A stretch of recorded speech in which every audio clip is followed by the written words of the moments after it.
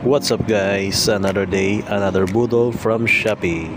So nag-i-scroll lang ako sa Shopee at may nakita ako ditong silver chrome na side mirror. Since ang old side mirror ng click ko ay silver chrome din, kaya silver chrome din ang ipapalit. Kaso nga lang, nagbakbak na yung pintura.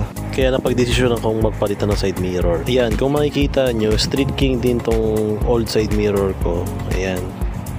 Hindi na talaga magandang kondisyon niya, kumupas na, nagbakbak. So ito na, na-install na natin ang bagong side mirror. Tamang tanggal lang ng plastic. So matagal-tagal din hindi na pag-upgrade sa click ko na to. So deserve niya naman ito, magpalitan tayo ng bagong side mirror. Kung gusto nyo rin bumili ng ganitong side mirror, meron din sa TikTok. I-click nyo lang ang yellow basket dyan sa baba. Super ganda ng quality, hindi ka magsisisi, kaya check out na.